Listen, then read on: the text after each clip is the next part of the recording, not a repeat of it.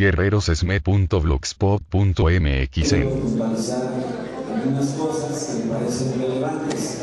Primero voy a comenzar con lo relativo al grupo de jubilados.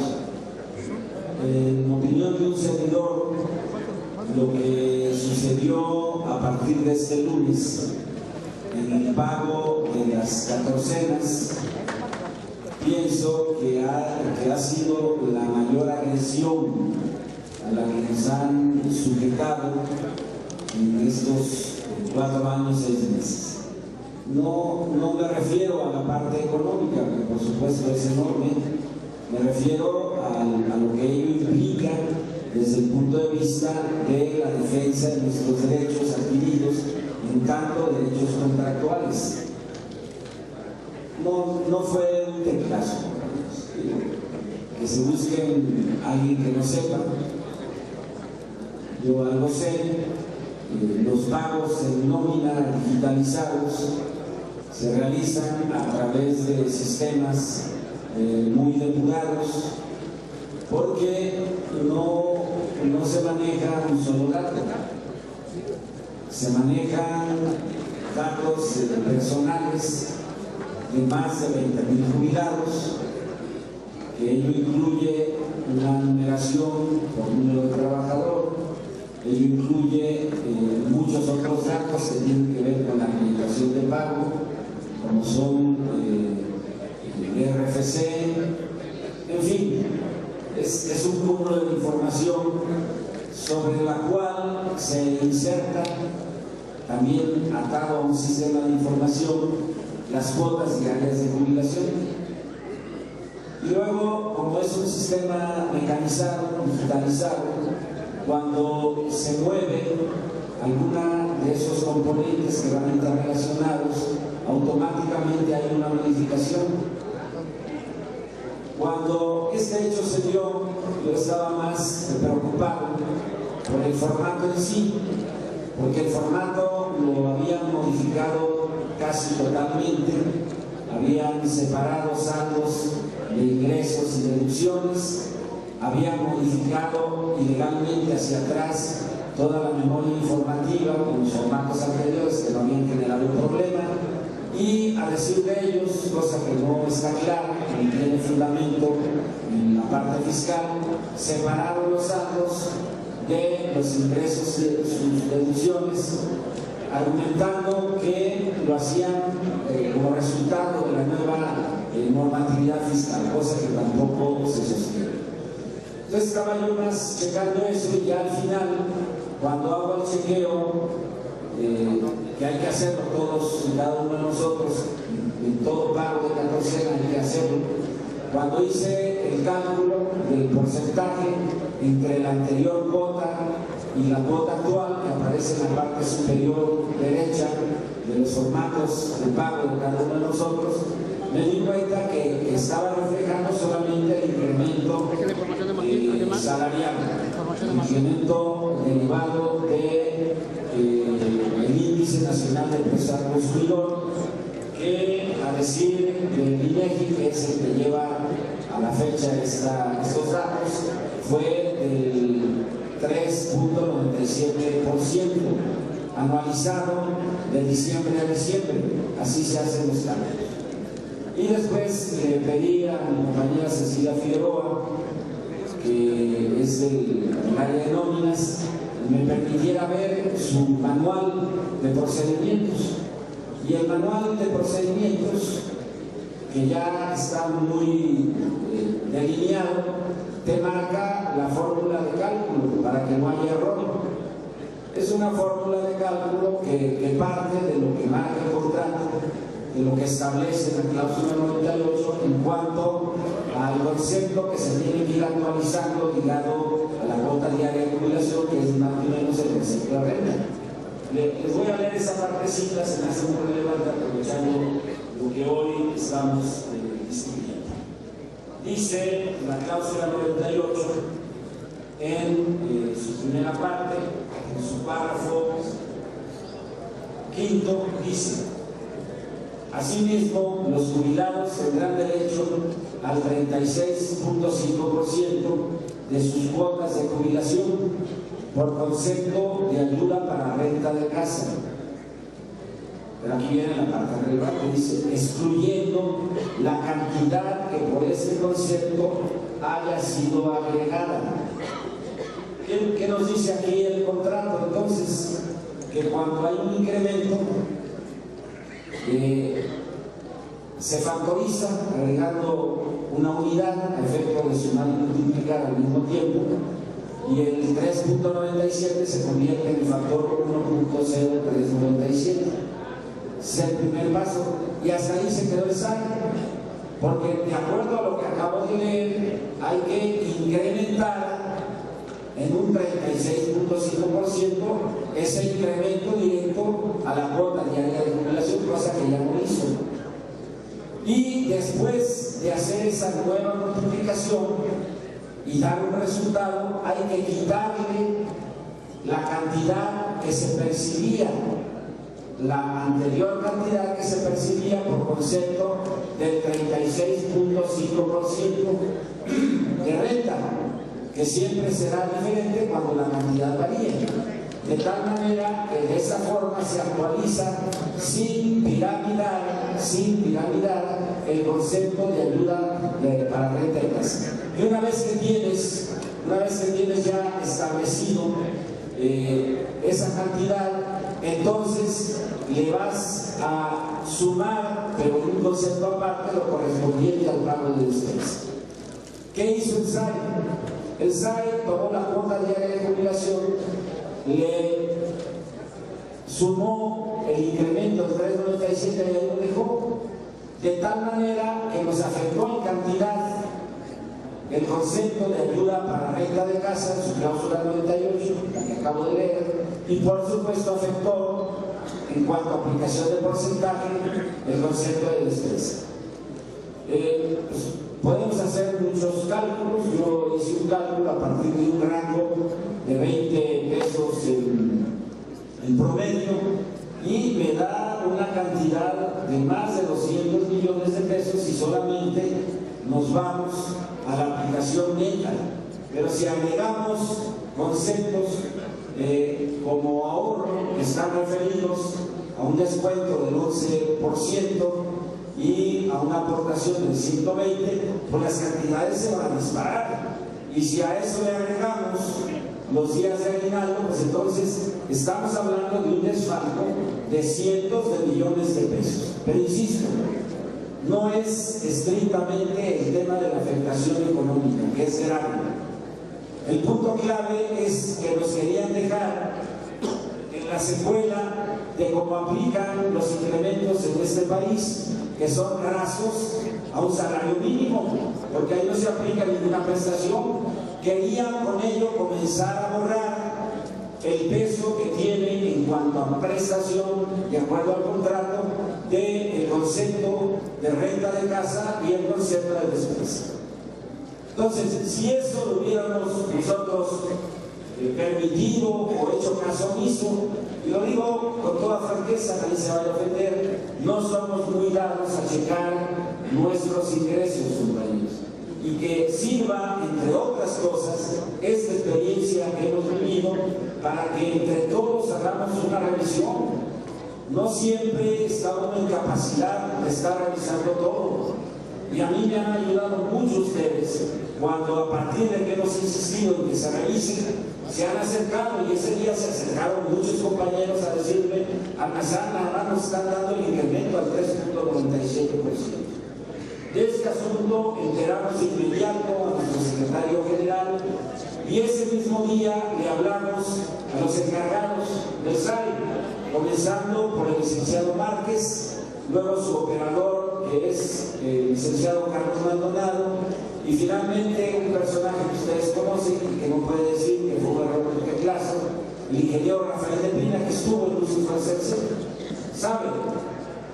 O sea que eso de que se te quedó mal, bueno, para no decir una pendejada aquí, mejor no la digo. Se les dijo, ustedes están violentando el contrato, pero además están violentando su propio Yo para ese momento ya tenía yo desglosado el tema, el asunto.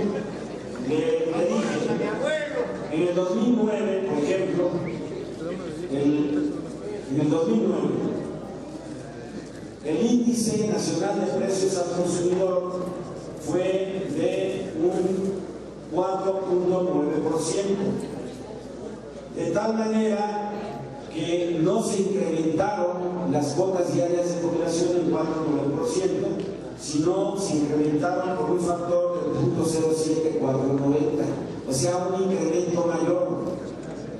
En el 2010 fue del 3.57 y se incrementaron en 0.05750, es decir, fue un incremento mayor.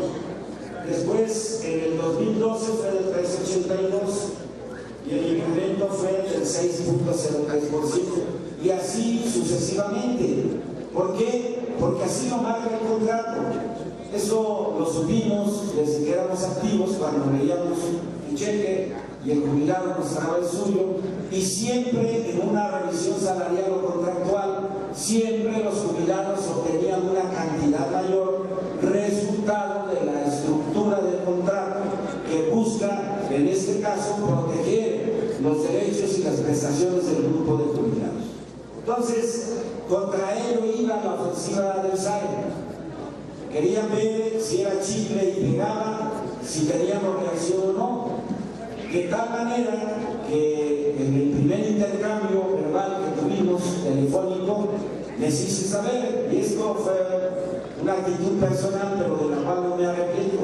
Le dije, ustedes no corrigen esto y nos vamos a plantar en forma indefinida, vamos a amarrarnos con cadenas y vamos a estar ahí dando información del desaseo en el manejo no solamente de los dineros nacionales, y le toqué el caso de oceanografía, sino también el desfalco que pretenden en relación al Sindicato Mexicano de Electricistas.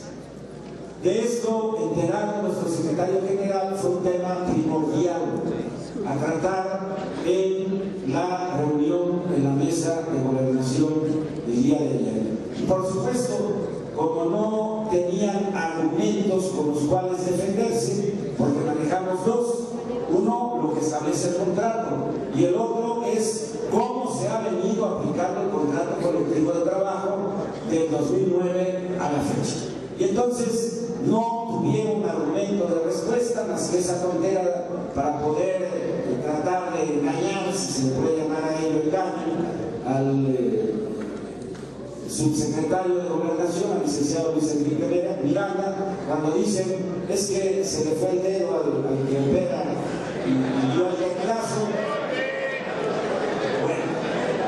Bueno, eso fue lo que dijeron. El asunto quedará resuelto en el pago de la próxima quincena. Pero yo no bajo la guardia y les pido de favor que no bajen la guardia. Vamos a revisar todo nuevamente.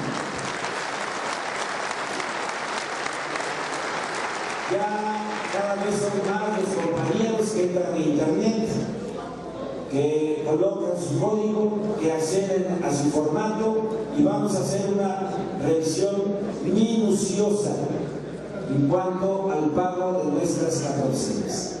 Solamente así vamos a estar con la guardia en alto, compañeros. A veces, y a mí no me cuesta trabajo reconocerlo, a veces a mí se me van cosas, pero entre todos no se nos va a ir ninguna, compañeros. Ese es el trabajo. Cuando me hablan de unidad, hablo de un trabajo de esta naturaleza, en donde hay plena comunicación entre la dirección y el grupo de jubilados, entre la dirección y los compañeros de la resistencia, de tal manera de sonar una unidad frente a lo que buscaba el SAE. El SAE buscaba crearnos un problema interno, enfrentarnos como grupo de jubilados, tratar de generar una división interna, de crear desaliento, y no pudieron, compañeros. Lo cual no quiere decir que no lo vayan a seguir intentando. Si esto hubiera pasado sin oposición de nosotros, cosa que dudo muchísimo, pero si esto hubiera pasado, nos hubieran colocado en una posición muy parecida a la que están viviendo mis compañeros jubilados en Mexicana de la Aviación. Sujetos a que les den lo que quieran, porque todo está quebrado y solamente se mantiene el área de operación y mantenimiento, que es de un enorme valor económico, porque es el único taller especializado en el Aeropuerto Internacional Benito Juárez de la Ciudad de México. Entonces, yo no quería dejar el comentario simplemente en el terreno meramente económico, que por supuesto nos interesa muchísimo, sino resaltar los contenidos de los derechos adquiridos y contractuales que han estado en juego. Y sobre todo, por lo que el día de ayer nos informaron en el Senado de la República. Cuando nuestro secretario general da lectura al punto de acuerdo que hace suyo la fracción parlamentaria del PRD a través de la presencia de su coordinador, que llegó un poco al final, pero llegó finalmente a expresar su apoyo, que la senadora Angélica Peña, que es la responsable de la Comisión de Derechos Humanos, y del vicepresidente de la fracción parlamentaria del PRD en el Senado de la República, el senador Luis Sánchez, ¿sí? Ahí quedó muy claro, después de la lectura del punto de acuerdo, cuando a pregunta expresa de cómo iba el asunto de la reforma energética, se miraron entre ellos y dijeron: no vemos que pueda salir en este periodo ordinario, y lo más seguro es que se vaya a un periodo extraordinario para el mes de mayo. Y esto, compañeros, para nosotros es vital que lo sepamos, porque nos hemos movido al ritmo de los tiempos privatizadores del gobierno de Peña Nieto, y por lo tanto no podemos perder la perspectiva de los tiempos legislativos en cuanto a la aprobación de leyes secundarias de todo el proceso privatizador del petróleo y de la electricidad. Eso no quiere decir que nos quedemos cruzados de brazos, eso quiere decir mantener la guardia en todos los sectores, en todos los terrenos en donde el sindicato tiene presencia, con el propósito único firme de recuperar nuestros trabajos.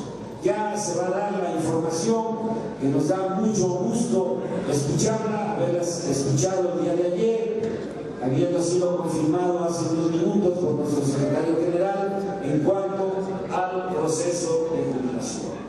Y por lo tanto, compañeros jubilados, ya me dirijo directamente a ustedes, esta propuesta que estamos haciendo de una asamblea magna de jubilados para el día 8 de mayo tiene una importancia estratégica enorme. Hay que trabajar en ello. Una vez que tengamos confirmado el lugar, porque la fecha ya está, vamos a sacar documentos, volantes, lo que se requiera, y nos vamos a ir todos, cuando digo todos, un servidor por delante, tocando puerta por puerta, ahí donde haya jubilados, a entregar de mano la invitación para la Asamblea Magna de Jubilados. Queremos tener una asamblea magna con miles de jubilados, convocándolos a defender lo que es de todos nosotros como jubilados, convocándolos a la unidad por enésima vez, y habrá siempre una enésima vez, porque en esto nos va la vida, compañeros. Si nosotros bajamos la guardia, si nosotros nos confiamos a un devenir de que pues, mientras me paguen mi quincena no hay conmigo ningún problema, la amenaza latente de que nos coloquen en un fideicomiso y que nos reduzcan a los términos de una pensión universal infame y miserable sigue siendo un riesgo permanente. Esto será parte de la información que daremos casa por casa una vez que tengamos, sea volante, sea la circular, el sitio donde se va a realizar la Asamblea Magna de Jubilados y la convocatoria, compañeras y compañeros, parte de aquí, de los que están presentes, de los cientos de jubilados que no han bajado su presencia, su asistencia a estas reuniones de todos los miércoles, que en efecto tienen un carácter histórico, que dan cuenta de la democracia, de la fortaleza del Sindicato Mexicano de Electricistas y del papel digno, valeroso que hemos jugado como grupo de jubilados al interior, al lado, junto con nuestros compañeros de la resistencia, en defensa de nuestro sindicato, por la recuperación de nuestro trabajo y, por supuesto, todos unidos en torno a nuestro secretario general. Muchas gracias por su atención. guerrerosesme.blogspot.mx